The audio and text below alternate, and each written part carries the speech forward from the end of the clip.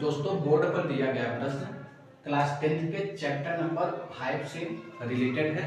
दोस्तों यह समांतर श्रेणी का प्रश्न है। तो यहाँ पर दोस्तों हमें बोर्ड एग्जाम में 6 से 7 नंबर यहाँ से हमें आसानी से मिल जाते हैं। तो आइए हम इसी प्रश्न को बनाते हैं।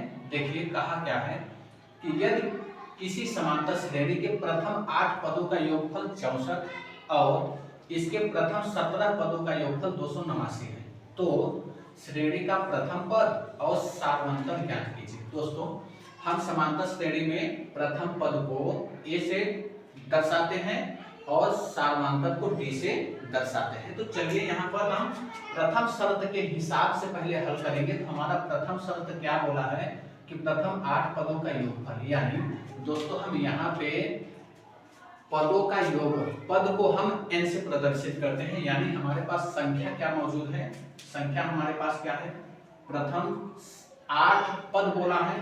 तो यानी हम कह सकते हैं कि संख्या हमारे पास प्रथम में 8 मौजूद है, जिसे हम n से दिखा सकते हैं। n बराबर 8 दिया गया है। और ध्यान रखिएगा इसी 8 पदों का योगफल 64 दिया गया है। योगफल को हम क्या दिखाते हैं दोस्तों, योगफल को हम SN से दिखाते हैं। किससे? SN से दिखाते हैं। बराबर कितना है, 64 है। ये हमारा था प्रथम शर्त के हिसाब से।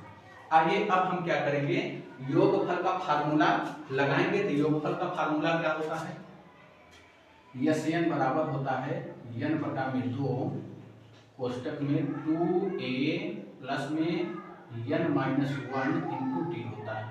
इसी फार्मूले पर हम क्या करेंगे, इन सारी चीजों को रख करके हम मान निकालने के प्रयास करेंगे। तो देखिए योगफल कितना दिया गया है, 64। SN के स्थान पर रखिएगा 64 बराबर n मतलब कितना, n बराबर 8 दिया है। तो 8 बटा में 2 हम यहाँ रखेंगे। और यहाँ पर ध्यान रखिएगा 2a तो हमें दिया नहीं गया है, a हमसे पूछा है, तो हम a ऐसे ही रहने देंगे। और प्लस में n आपको पता है 8, तो 8 माइनस में 1 और इंटू डी भी नहीं दिया गया, डी भी ऐसे ही पड़ा रहेगा। अब यहाँ पर देखेंगे दोस्तों, अगर काटना चाहें तो हम काट सकते हैं। 2 चौक 8 हो जाएगा।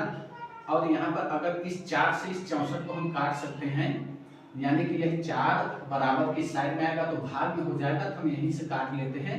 4 से काटेंगे तो हमारे पास हो जाएगा 4 का 4, 2 बचा, 4 से 24 यानी 16 बच जाएगा।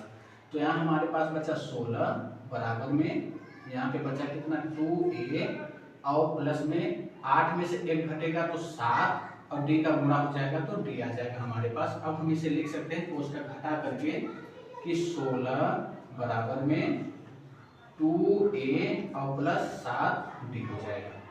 इतनी बातें आपको समझ में आई होंगी। इसे अगर हम सीधा लिखना चाहें तो ऐसे लिख सकते हैं 2a और प्लस में 7d बराबर इसे 16 लिख करके हम समीकरण 1 मान लेते हैं। आइए दोस्तों अब हम प्रथम शर्त से तो हमारे पास इतना ही चीजें मिल पाई। हम सेकंड शर्त को देखते हैं, यानी द्वितीय शर्त से दूसरे शर्त से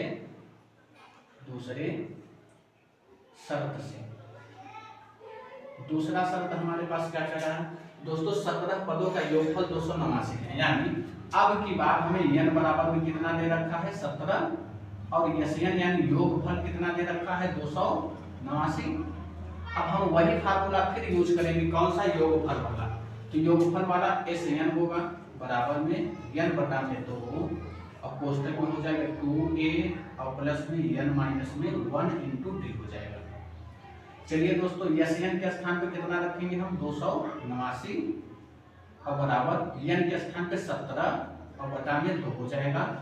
फिर यहाँ पे 2a नहीं पता है तो a ऐसे ही रहेगा और प्लस n तो हमें पता है इस बार 17 और माइनस में 1 इंटू डी, डी पता नहीं है तो डी ऐसे ही रहेगा।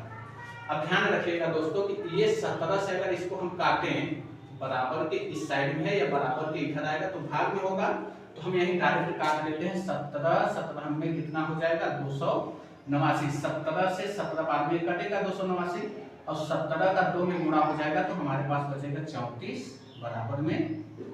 यहाँ देखेंगे तो हमारे पास 2a और प्लस में 17 में से घटेगा तो 16 और d का गुणा हो जाएगा तो 16d हो जाएगा। इसे हम सीधा लिखेंगे तो हमारा हो जाएगा 2a और प्लस में 16d बराबर में हो जाएगा 34। समीकरण सेकंड मान लेते हैं इसे।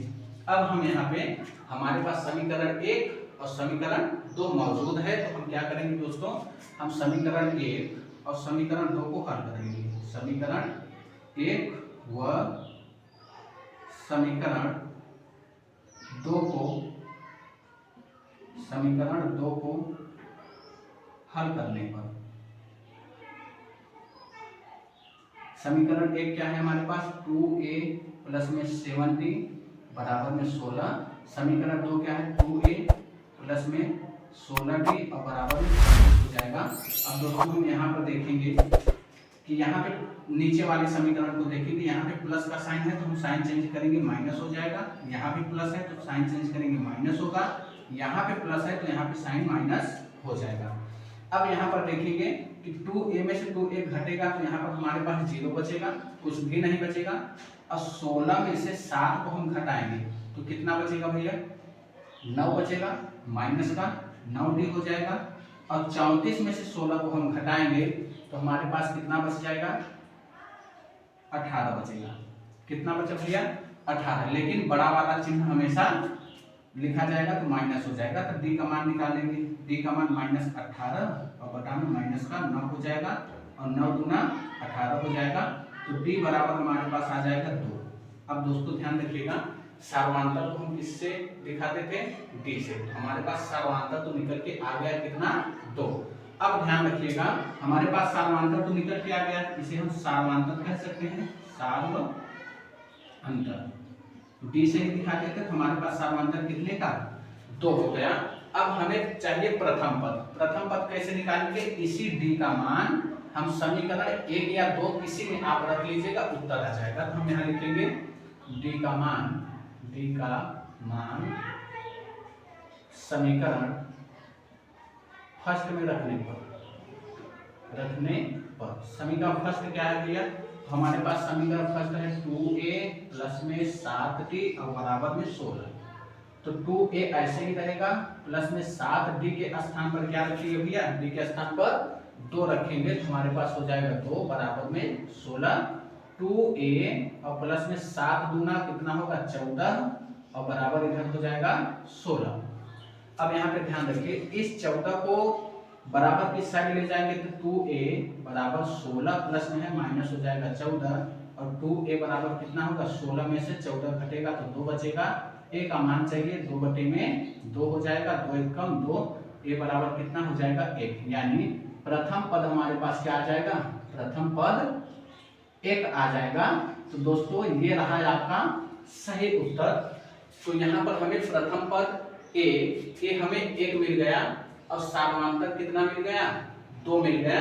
यानी 1 से स्टार्ट होगी और हर संख्याओं में 2-2 का गैप होगा।